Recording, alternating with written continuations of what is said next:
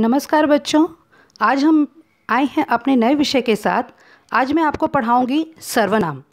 हाँ बच्चों, उम्मीद करती हूँ कि इसके पहले आप लोगों ने इसके पहले की दोनों वीडियो से सीखा होगा। इसके पहले भी हमने नए नए विषय के साथ मैं आप लोगों को सिखाती हूँ। तो मैं चाहती हूँ कि अब आप सर्वनाम के बारे में जानकारी प्राप्त करें।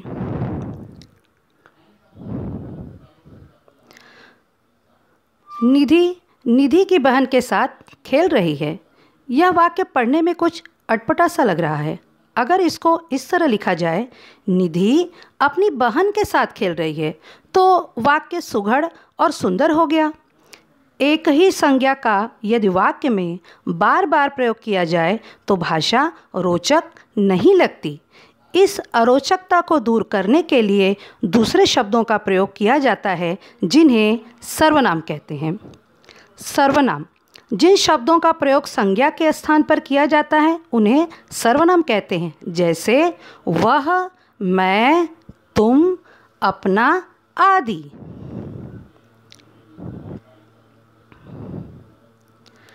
अब हम देखते हैं सर्वनाम के भेद। सर्वनाम के 6 भेद होते हैं। सर्वनाम के पहला भेद है पुरुषवाचक सर्वनाम, दूसरा निजवाचक सर्वनाम, तीसरा प्रश्नवाचक सर्वनाम, निश्चयवाचक सर्वनाम, अनिश्चयवाचक सर्वनाम, संबंधवाचक सर्वनाम। हम बात करते हैं उसके पहले प्रकार के बारे में बच्चों। पुरुषवाचक सर्वनाम, जो सर्वनाम बोलने वाले, सुनने वाले या जिसके बारे में कुछ कहा जाए उसका बोध कराते हैं, उन्हें पुरुषवाचक सर्वनाम कहते हैं। ये 3 प्रकार के होते हैं। पुरुषवाचक सर्वनाम के बच्चों 3 प्रकार हैं। पहला है उत्तम पुरुष, मध्यम पुरुष और अन्य पुरुष। तो हम देखते हैं पहले उत्तम पुरुष के बारे में। बोलने वाला व्यक्ति अपने लिए जिन सर्वनामों का प्रयोग करता है वे उत्तम पुरुष सर्वनाम होते हैं। जैसे मैं, मैंने, हम, मेरा, हमारा आदि। इसी तरह देखते हैं मध्यम पुरुष के बारे में। सुनने वाले के लिए जिन सर्वनामों का प्रयोग किया जाता है वे मध्यम पुरुष सर्वनाम होते हैं। जैसे तू, तुझे, आप, तेरा, तुम्हारा आदि। अब हम देखते हैं अन्य पुरुष के बारे में।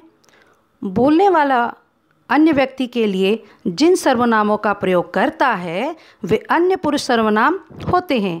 जैसे वह, उसे, उसने आदि।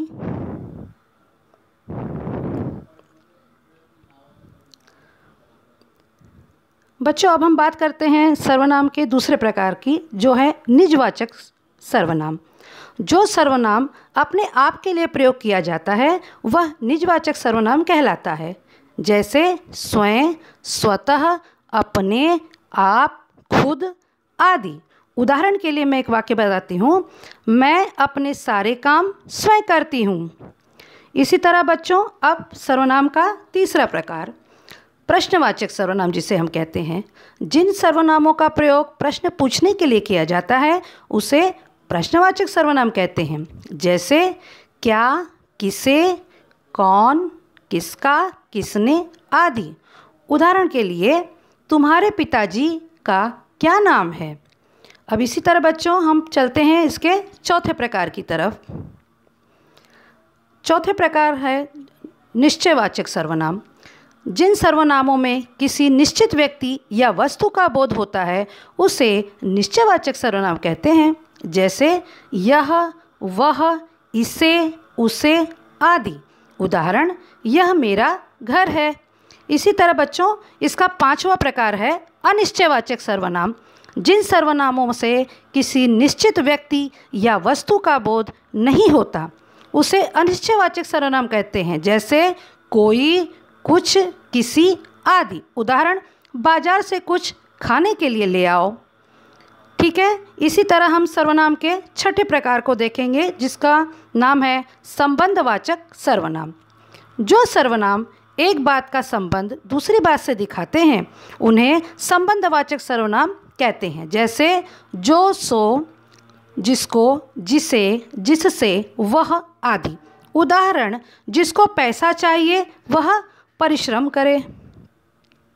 तो देखा ना बच्चों, कितना आसान है। तुमने संज्ञा के बारे में इसके पहले पढ़ा है। तो संज्ञा के बदले जिन शब्दों का हम उपयोग करते हैं उसे सर्वनाम कहते हैं, ये आपने जाना और उसके प्रकार को भी जाना। अब मैं आपके लिए कुछ छोटा सा एक स्वाध्याय लेकर आई हूँ। इस स्वाध्याय को आपको हल करना है और मुझे कमेंट बॉक्स में इसको देना है, ठीक है ना।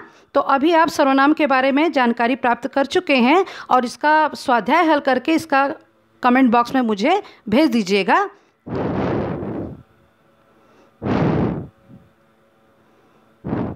धन्यवाद बच्चों। घर पर रहिए, सुरक्षित रहिए।